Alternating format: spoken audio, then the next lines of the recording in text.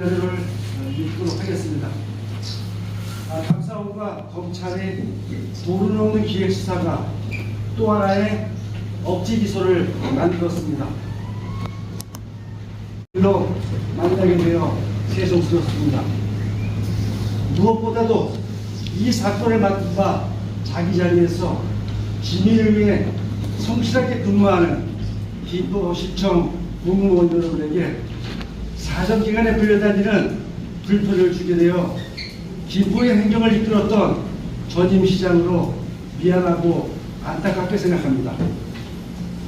오늘 기자회견을 하게 된 이유는 인천지방검찰청이 2025년 4월 14일 발표한 김포시 도시개발사업 비리사건 기소권은 검찰이 이 사건에 대해 논리적 비약과 잘못된 전제에서 이루어진 아니면 말고식 묵지마 기소이기 때문입니다. 향후 법원 재판을 통해 무고함을 밝히고 김포시 도시개발 행정이 거대 부정부패에 오염된 것처럼 보도되어 실추된 지역민과 김포시 공직사회의 명예를 회복하는 데 최선을 다하기 위해서입니다. 감사원과 검찰의 독립성은 역대 모든 정부에서 논란이 됐습니다. 하지만 이런 점을 감안하더라도 윤석열 정부에서의 감사원과 검찰은 권력의 입맛에 맞는 전방위적 감사와 수사로 더 많은 지탄의 대상이 되었습니다. 대통령의 탄핵과 대선을 앞둔 지금 그간 수면 아래 감춰졌던 수많은 사건들의 민낯이 드러나고 있습니다.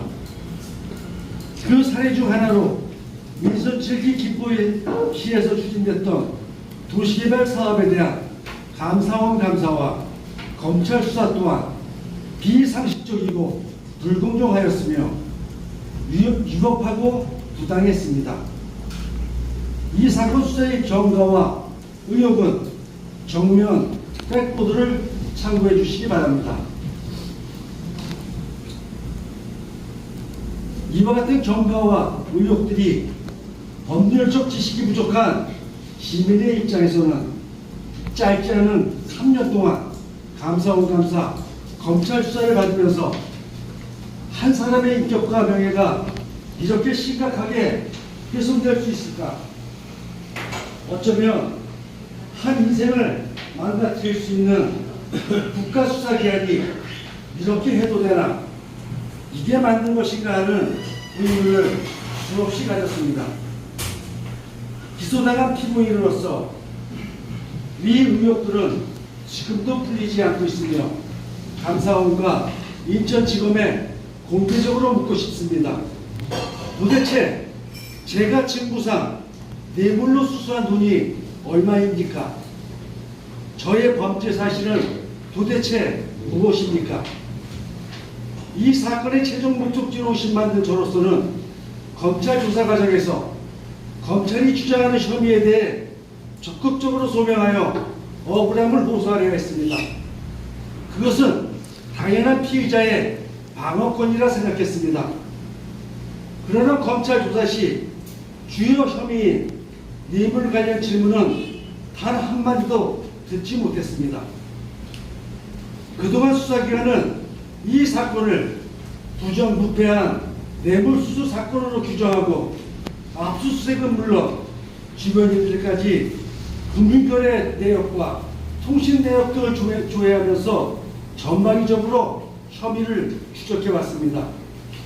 그렇다면 검찰 조사 과정에서 주요 피의자로 지목된 저에게 뇌물수수에 대해 집중적으로 질문하고 사실관계를 확인하고 피의자인 저는 이를 적극적으로 소명하는 절차는 반드시 필요했음에도 검찰은 감사원이 수사 요청한 직권남용에 대해서만 간단한 질문과 조사를 마쳤습니다. 결국 검찰 조사는 요식행위에 불과했습니다. 이미 답을 정해놓고 형식적인 절차를 밟을 뿐이었습니다. 어차피 기소시킬 것이니까 피의자의 소명은 굳이 필요 없고 구속영장 청구에 구속시켜놓고 재판받게 하겠다는 답정너 그것이었습니다. 인천지검이 2025년 3월 27일 검찰 조사, 2025년 4월 2일 구속영장 실질심사, 2025년 4월 14일 기소하면서 시장이 직무상 부당한 청탁을 받았는지 개발업체와 검찰이 페이퍼 컴퍼니라 지칭하는 윤역사에 대해 인식하고 관여했는지, 이 사건 관계자들과의 공모 내용이 무엇인지 등에 대해 어떠한 증거도 제시하지 않고 비약과 추측으로 혐의 사실을 구성해 또 하나의 나쁜 기소를 완성시켰습니다. 공직자의 직무에 대한 뇌물수수와 같은 부정부패는 엄단되어야 합니다. 또한 감사원과 검찰의 책무 또한 단 한 사람의 억울함이 없도록 공정하게 국가 권력을 사용해야 합니다. 수사 권력이 정치화되고 남용된다면 사회 질서는 무너지고 국민은 정부를 신뢰하지 않을 것입니다. 이렇게 기자회견을 맞은 저의 소회를 말씀드렸습니다. 이어서 법인 우리 성문 안성욱 변호사께서 그동안 3년 동안의 수사 과정을 변호하면서 이 변호 과정에서 나타났던 여러 내용들에 대한 설명을 간단하게 말씀드리도록 하겠습니다. 감사합니다.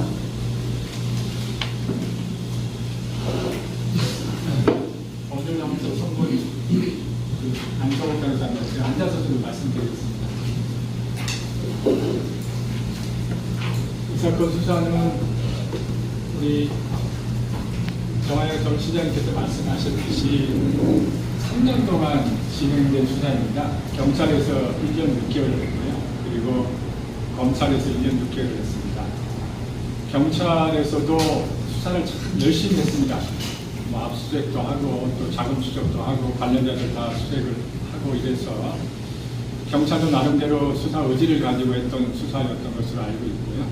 그 과정에서 경찰은 아무리 수사를 해도 범죄 혐의점을 찾을 수 없다라고 판단을 해서 불송치 결정을 했습니다.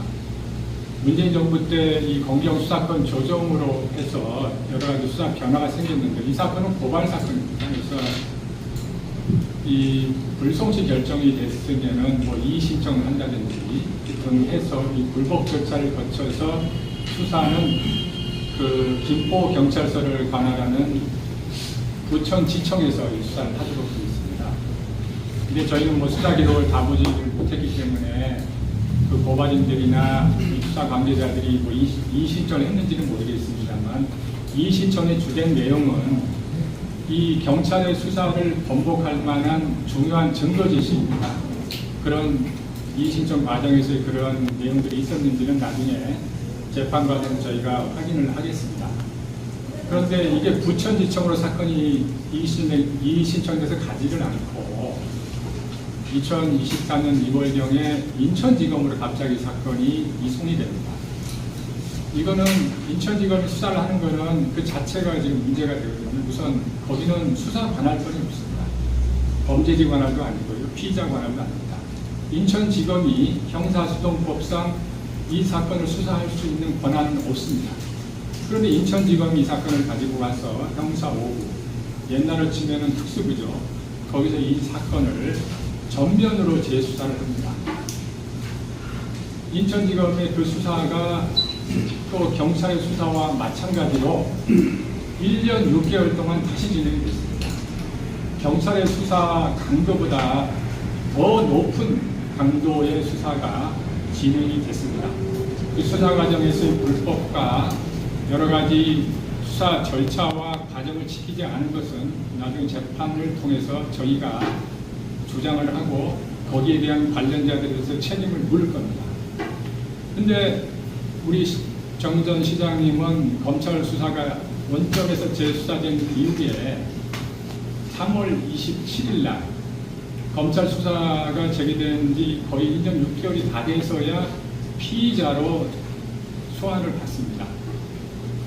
저희는 그동안 여러 가지 검찰에서 제기했던 의혹들, 그리고 그 수사 과정에서 지금 뭐 검찰의 보도자료에 나오듯이 개발업자들이나 또 용역업체, 페이퍼 컴퍼니라고 되어 있습니다만 그 업체들에 대한 구속영장 청구들, 이런 여러 가지 검찰의 수사 행위들이 있었는데요. 그 모든 것들이 인천지법에서 부정당했습니다. 증거가 없다는 거예요. 그런 상태이기 때문에 우린 그런 내용을 뭐 직접 알 수 있는 위치에 있지는 않았지만 그런 여러 가지 내용들을 저희 종합해서 3월 27일 날 검찰 조사를 받으면서 저희는 충분히 우리가 범죄 혐의가 없는 걸 소명할 수 있겠다는 자신감을 가지고 우리가 조사에 임했습니다.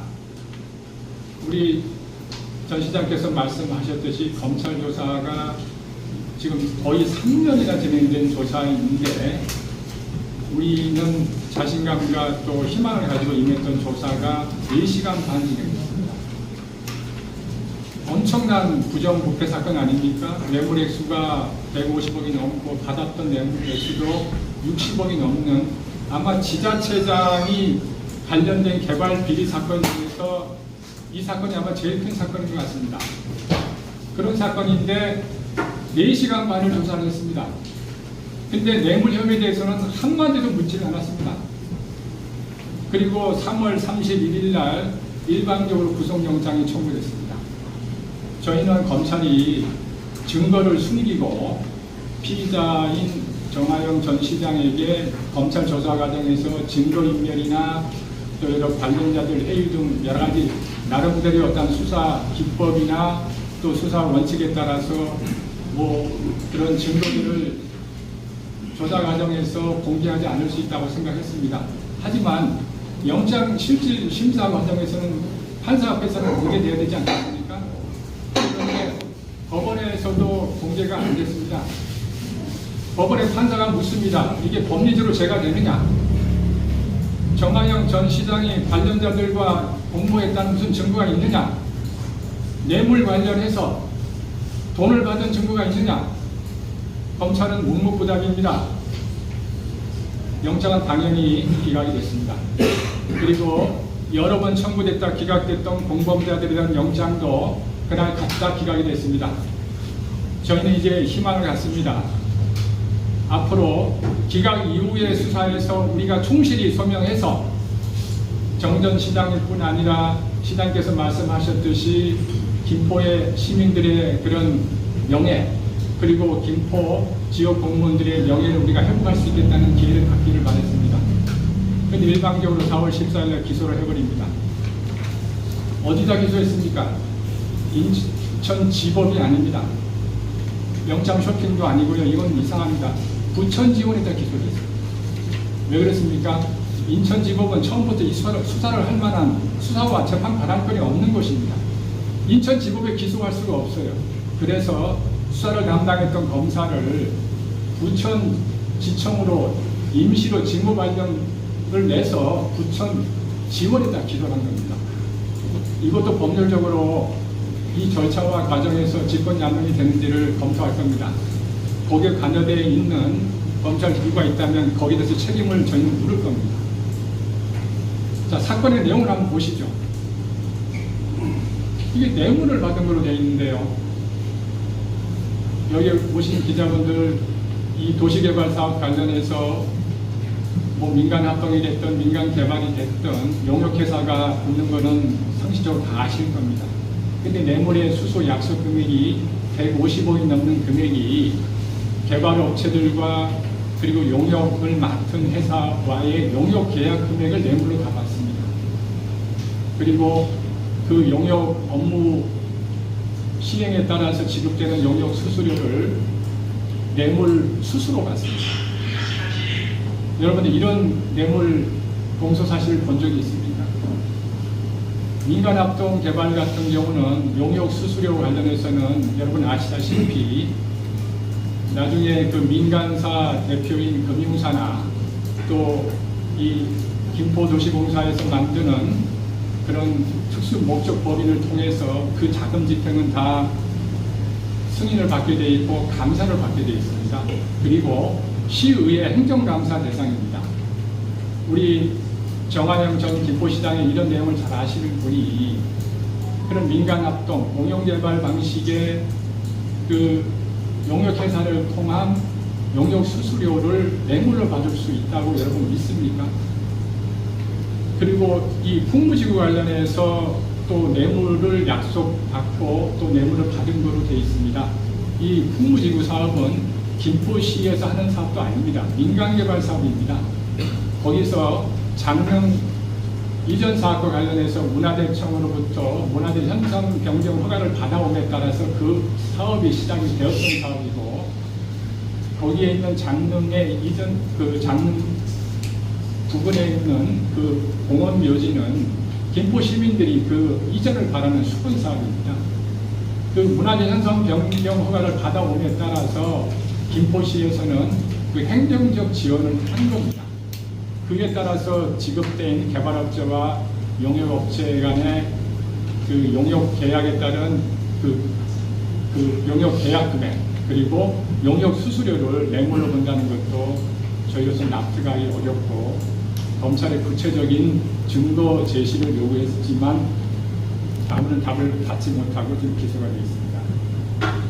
검사는 공소장으로 얘기를 하고 판사는 판결문으로 얘기한다고 합니다. 5월 21일부터 이 사건 재판이 이제 진행이 됩니다. 부천전에 진행이 됩니다.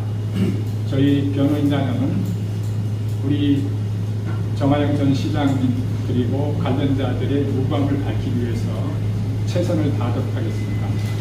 우리 기자들께서도 재판 과정에서 많은 관심을 가져주시고 재판이 제대로 진행되는지 또 신속하게 진행되는지에 대해서도 많은 관심과 또 참여를 부탁드리겠습니다. 이상입니다. 질문 받으시나요? 이제 지금부터 기자님들의 질문에 답변 하겠습니다. 네, 여기. 네, 검찰이 기소 전에 그 62억에 대한 추징보정 결정을 인천지법으로부터 받았잖아요.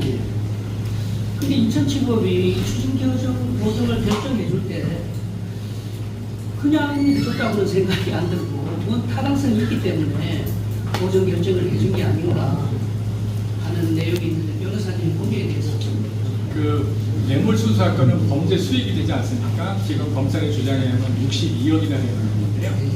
그거는 이제 재판 과정에서 용역의 업체가 받은 그 돈이 그 뇌물이 되는지는 아마 이제 그 재판 과정에서 밝혀질 거고요.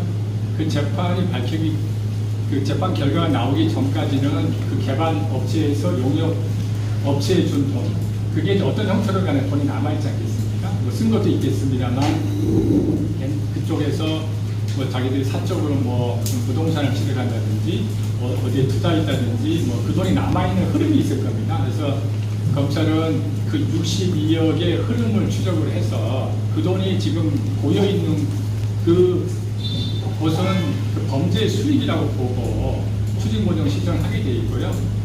그 추징보정 신청에 대해서 법원은 그 결과가 나올 때까지는 그게 뇌물인지 아닌지 알 수 없으니까 그 추징보정을 받아주게 돼 있습니다. 그렇게 돼 있고, 예.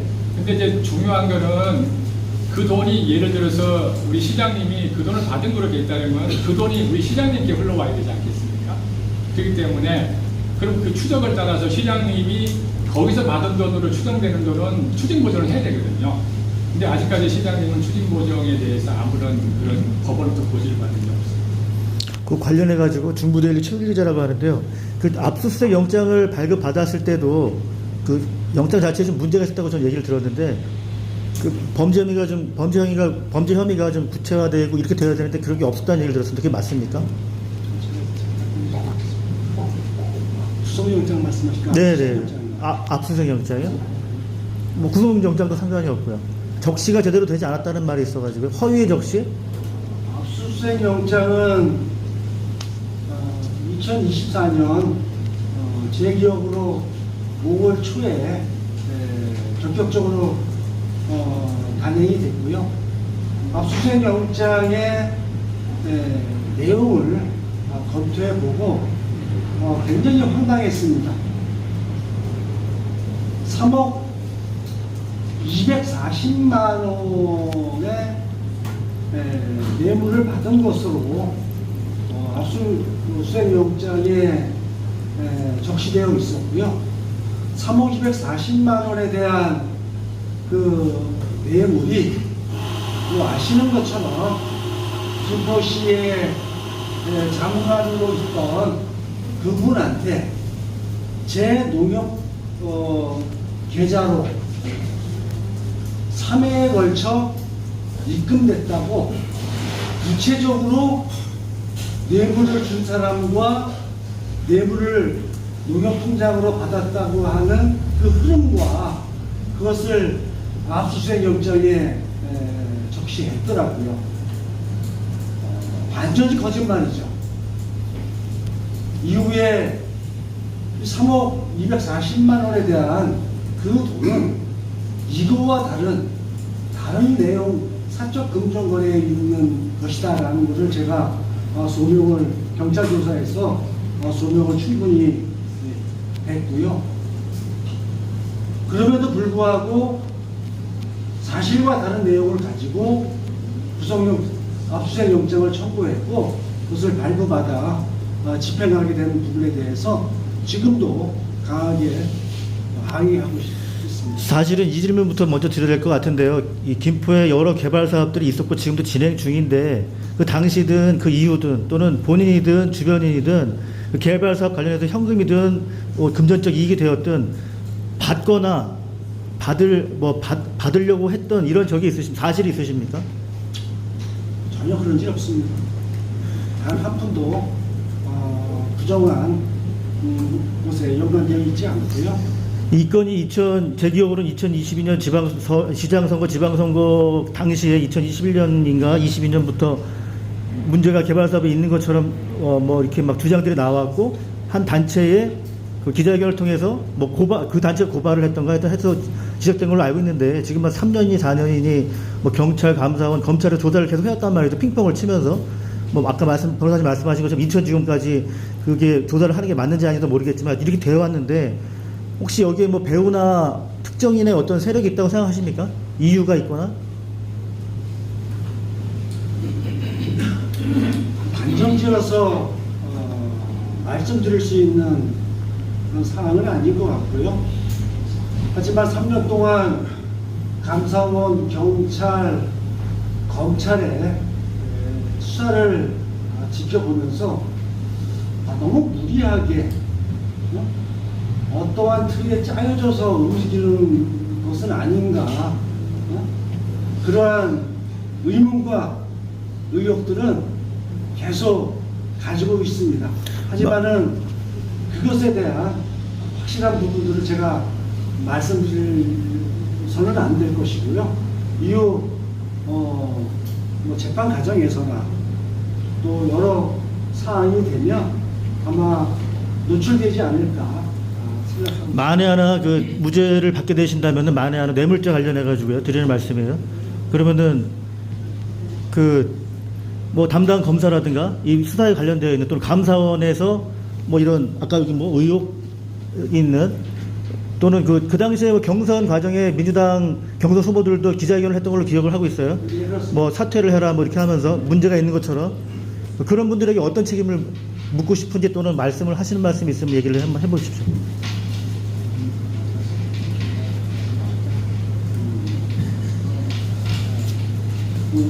결과에 대한 단정해서 말씀드리기는 좀 어렵고요.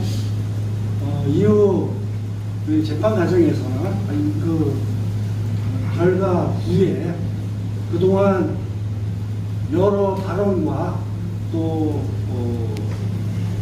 언론을 통해서 심각하게 명예를 훼손하고 비고했던 그런 부분이 확연하게 나타난다면 그런 부분들에 대해서는 틀림없이 책임을 묻고 더 나아가 법적 책임도 가져갈 생각입니다. 중불보입니다. 그 검찰이 뇌물수 방법을 페이퍼 컴퍼니라고 했는데요. 이 페이퍼 컴퍼니를 검찰에서 제시를 했거나 그 페이퍼 컴퍼니에 관련된 그 계좌 이런 걸 검찰 수사 받으실 때 시장님이 직접 뭐 확인하시거나 뭐 그런 게 있습니까? 페이퍼 컴퍼니는 용역사지요. 용역회사인데 그 실체는 경찰 조사를 받으면서 처음으로 이 사건에 이런 페이퍼 컴퍼니 용역사가 존재했다는 것을 처음으로 들었고요.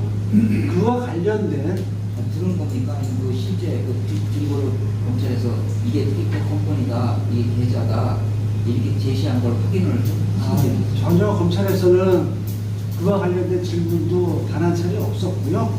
또 그러한 자료 또한 저희들이 받아본 적도 또 직접 본 적도 없습니다. 변호사님한테 한번 여쭤볼게요. 그 차명 계좌로 차명 페이퍼 컴퍼니라고 했는데 이게 SPC 회사니까? 페이퍼 컴퍼니라고 되어 있는 건 검찰 주장이고요. 예, SPC 회사가요? PM인가요? 예? PM인가요? SPC인가요? PM에서입니다. PM. 용역회사입니다. 용역회사. 개발 사업에 네. 감정사지구 관련해서는 이게 민간 합병이지 않습니까? 김포도시공사에서 이제 50% 출자하고 민간사에서 49% 출자하는데 거기가 그 민간사 참여자가 그 금융사가 있고 시공사가 있고 그리고 전략적 참가자가 있는데요. 걔네들이 이 업무를 맡겨서 여러 가지 뭐 PM과 무슨 토지주 동의서 받는다든지 여러 가지 업무를 해야 되지 않습니까? 네. 그 업무를 맡기는 회사입니다. 그렇기 때문에 검찰이 수사관처럼 그 회사가 이게 과연 페이퍼 컴퍼니냐 하는 것도 이게 좀 이상해요. 페이퍼 컴퍼니는 아니라고 생각해요. 예. 그 페이퍼 컴퍼니와 감정사주가 그 통로 심판을 공동으로 피의를 했습니다. 예. 그 페이퍼 컴퍼니가 아까 정시장한테 말씀하셨지만 전혀 모른다고 하시면 경찰 수사관도 좀 알아서 했거든요. 이시장님, 페이퍼 컴퍼니 만들 때 이장 전 전문가이시죠. 단계를 전혀 몰랐습니다. 저는 전혀 몰랐고요. 말씀드린 것처럼 말씀드릴게요. 그 페이퍼가 생긴 지가 얼마나 1년도 안 되는 전이다. 근데 거기를 감정사하고 통로 심판이 같이 그 용어를 했어요. 그 페이퍼코이 생겨 PM에다가 보통 하게 된 3, 4, 5년 동안 자기 캠프가 있는데 전혀 준비가 안 돼. 보니까 직원 생각분이 없는 회사였거든요. 저희 취재 과정에서 밝혀진 거죠. 근데 감정사직의 용역을 갖고 통로 심판의 용역을 갖고 충분히 일단 저항을 봐요. 저항을 가죠. 뇌물은 저도 생각하는 뇌물은 아니라서 하는데 계약을 했습니다. 페이퍼 컴퍼니는 회사니까 일단. 그래서 우리 석진님께서 전혀 인지 못하는 것들에 그 소문 듣는 과정에서 몇 번 경고가 있었습니다. 뭐 저도 질문 드렸었고요. 아니 기사도 썼고. 그 시장에서 전혀 거기에 대한 의심을 안 가졌으니까 좀 저는 미안하게 생각하는 거거든요. 그리고 지금 같은 경우는 아까 말씀드린 컴퍼니에 대해서는 전혀 그 회사가 이장 출시와 관계가 있었는지 그 회사가 얼마나 전혀 설립이 언제 원래는지 전혀 모르겠다는 얘기죠. 예, 전혀 몰랐고요. 그 말씀드린 것처럼 경찰 조사에서 그런 것이 있다라는 얘기를 나한테 그런 질문을 하는데 그 질문에 대해서 실체를 모르니 내가 답변할 수는 없었죠. 그 PM은 실제로 용역 업무를 했나요? 성과가 있는지 그걸 한번. 그거는 저희가 실행 쪽에서 알 수가 없죠. 아, 네, 그거는 이제 그쪽 개발업체하고 용역업체가 된 문제이기 때문에 문제를 보니까요. 변호사님께 좀 그 페이퍼 컴퍼니가 하여튼 60억을 받았다는 얘기가 있어요. 예. 그래서 지금 자료를 주신 것 중에 페이지를 보면은 이 페이퍼 컴퍼니가 돈을 어떤 식으로 62억을 지출하고 처리했는지가 나와 있어요. 예. 지금 6페이지 중간쯤 보면은 뭐 명의를 빌린다. 과소평가하고 과대 계산해가지고 사적 노동으로 사용된 것으로 확인되었습니다. 이게 전액이 62억이 맞나요? 검찰 수사. 그거는 정확히 금액은 저희가 모릅니다. 그러니까 그 용역 수수료가 이제 기본적으로 개발업체가 용역업체 주지 않겠습니까? 그거는 이제 자기들끼리 업체 간의 법인 계좌로 이체가 됐겠죠. 그렇죠. 됐으면은 용역업체에서 세금을 내야 되지 않습니까? 법인세를 내야 되니까 아마 경찰에서 이제 경찰 수사관에서 들은 얘기인데 그 세금을 줄이기 위해서 가짜 직원들을 아마 이렇게 그 일종의 컨설팅 주는 것처럼 해서 원천지에 그러니까 그 액수의 규모는 지금 검찰은 얘기는 안 하고. 검찰도 얘기 안 하고 경찰도 정확히 얘기를 안 해줬죠. 안 해줬는데 뭐 그런 방법이 동원이 됐답니다. 동원이 됐다고 얘기를 했어. 그럼 이게 사적 용도로 화용대로 확인됐다는 것이 검찰 수사라고 확인됐다는 그 경찰에서 나온 얘기죠. 그거를 검찰에서 추진 과정에서 밝혀지겠네요. 그래서 그거를 사적으로 썼다고 돼 있기 때문에 경찰에서는 그 용역 업체 임원들을 업무상 횡령으로 검찰에 송치를 했거든요.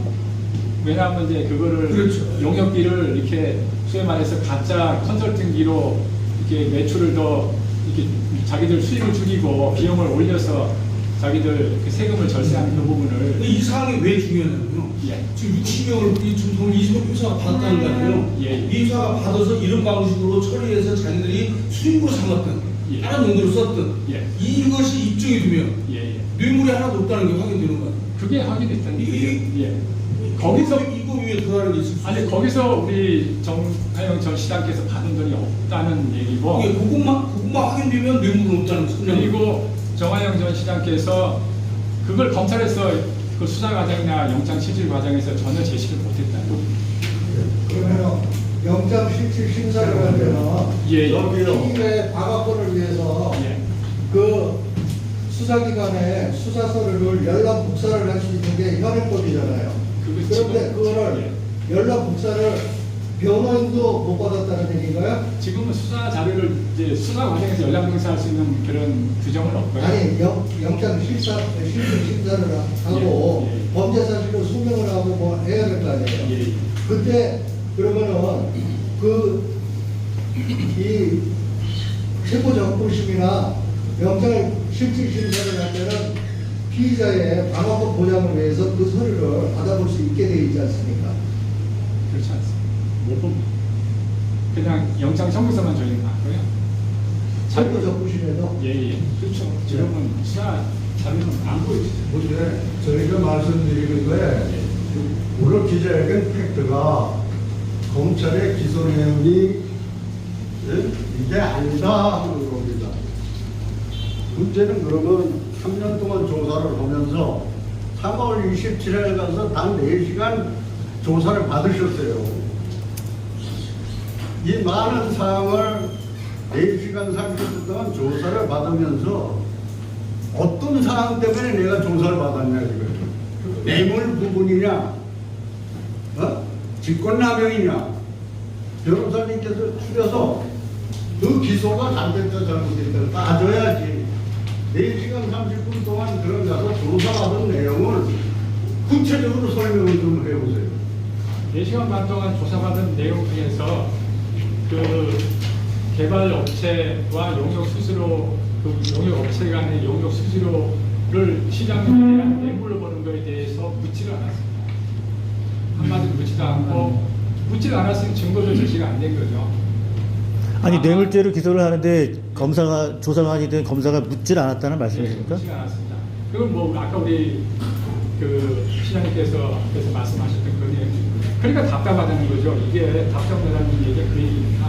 아니 묻고 무슨 증거가 있다라고 추궁을 해야 되지 않습니까? 조사를 하는 게 그렇지 않습니까? 그러니까 피의자가 거기에서 뭐 해명을 하든 소명을 하든 인정을 하든 이렇게 돼야 되는데 묻지도 않고 제시도 안 하고 그리고 며칠 있다 영장을 청구했는데 영장 내용도 아까 시장님께서 제대로 얘기를 못했습니다만 영장 내용도 우리가 이게 지금 155억에다가 62억 받은 거를 영장 심사과정에서 알았어요. 무슨 말이냐면은 처음에 경찰이나 검찰에서 수사하고 압수수색할 때는 아까 시장님께서 말씀했듯이 3억 얼마에 대한 뇌물 수수로 돼 있었습니다. 그게 시장께서 그 용역업체 관계자들로부터 뭐 돈의 경찰의 뭐 흐름을 쭉 추적하다 보니까 한 3억 얼마는 시장한테 간 것 같다. 이렇게 생각을 하고 그거를 뇌물 그 155억 중에 3억 얼마를 정하영 정 시장께서 받은 뇌물로 받거든요. 그거를 1년 6개월 동안 그 경찰이 수사를 하고 검찰도 그걸로 거의 1년 이상을 수사를 했습니다. 3억 얼마를. 그런데 그게 3억 얼마가 시장이 받은 뇌물이 아니고 다 자금의 그 흔적이 있는 그 적법한 자금 흐름이었어요. 그러니까 그걸로는 뇌물을 도저히 기소가 할 수 없는 거예요.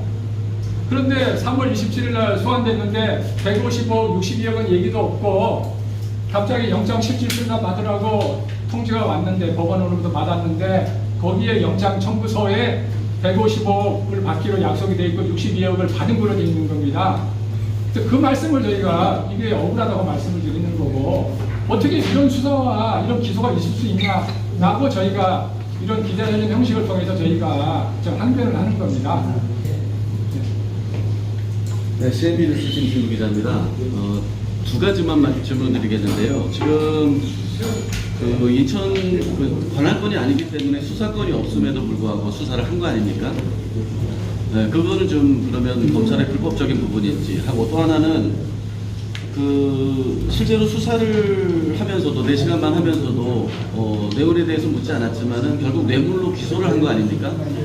이 부분에 대해서는 또 어떤 불법적인 부분이 있는지 그리고 이런 거를 봤을 때 지금 아까 그 인천에서 부천으로 넘어가고 하는 그런 어떤 과정들을 봤을 때 이 부분에 대한 어떤 검찰의 불법적인 부분들은 있는지 좀 말씀을 좀 부탁드리겠습니다.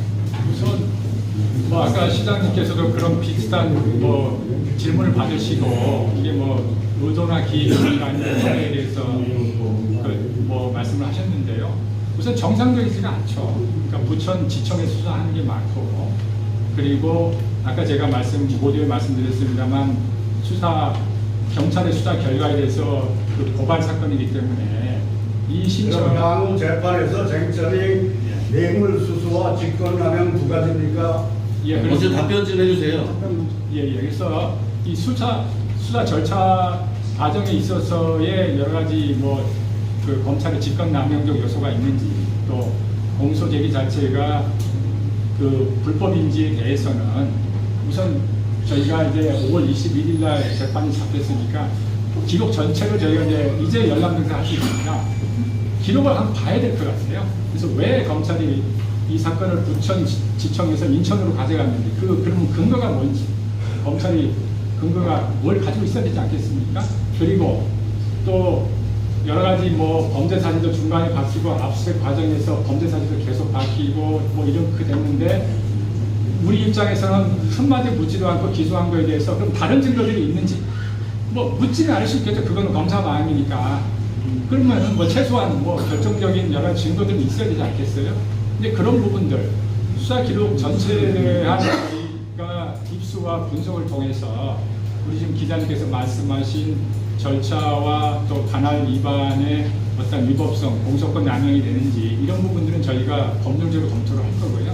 거기에 따라서 우리가 재판 과정에서 그거는 법원에 뭐 만약에 그런 요소가 있다면은 저희가 주장을 하겠습니다.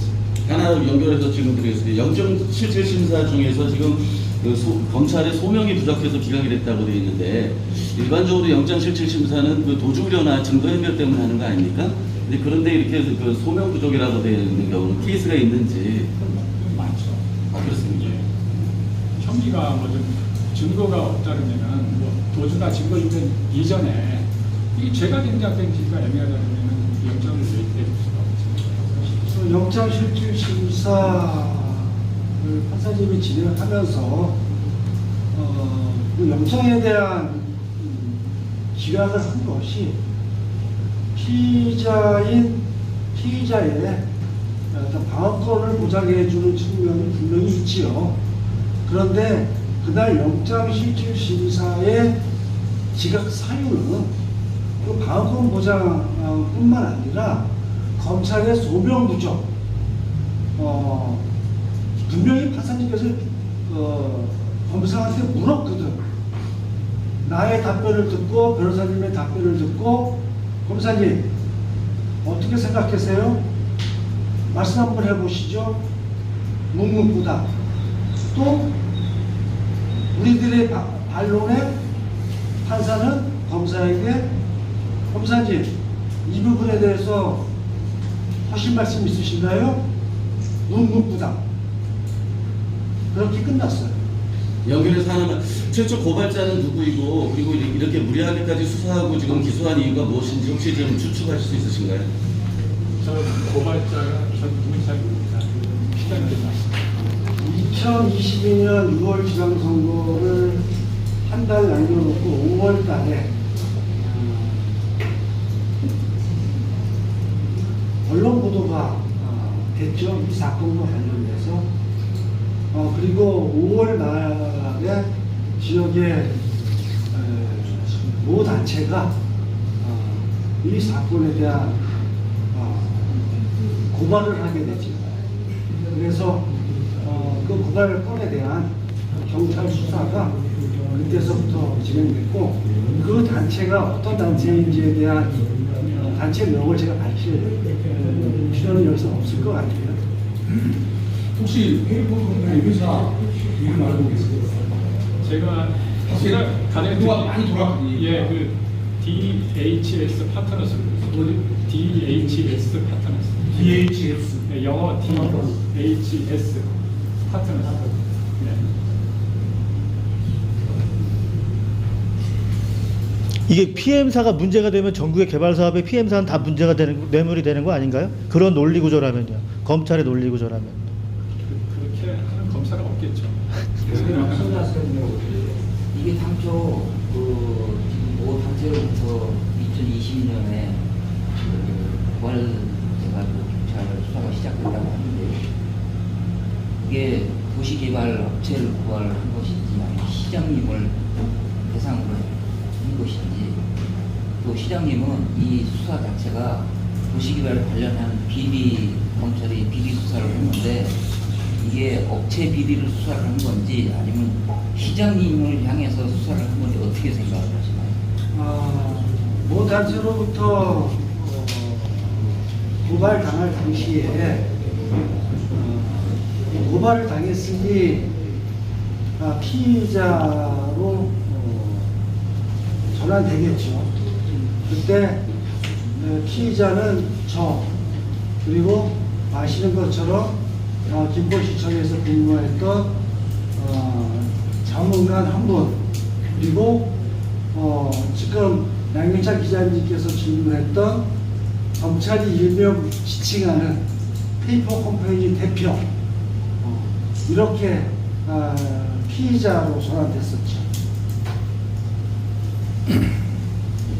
아니, 시장님이 생각하시기에 모 단체가 이걸 도시개발 관련한 비리로 시장님까지 해서 수사 요청을 한 것이냐? 예, 했습니다. 그러니까 시장님은 아예 어떤 정치적인 것이라든지 뭐 이런 목적으로 시장님을 대상으로 하기 위해서 한 것이냐? 어떻게 생각을 하시냐? 정치적인 것이 여기서 개입됐다라고 하는 거는 제가 말씀드릴 수 있는 사항은 아닌 것 같고요. 이 사건이 그런 의혹이 있다, 그래서 수사가 필요하다, 그렇게 고발을 했을 거라고 저는 좀 순수하게 받아들이고요. 그런데 고발돼서 수사를 진행하는 과정에서 2022년 5월서부터 지금까지 감사원과 특히 검찰 두 개 수사기관이 했던 여러 가지 내용을 종합해보면 이것은 단순히 어떤 개발 산업에 대한 그 것만 여기에 온전하게 녹아 있는 것인가? 왜 이런 의혹들이 계속 발생되고 있지? 라고 하는 것을 떨칠 수가 없는 거예요. 그래서 이것이 뭐 정치적으로 개입됐다라고 하는 것은 제가 단정하기는 없고요. 아무튼 여러 의혹은 있다라는 말씀을 드립니다.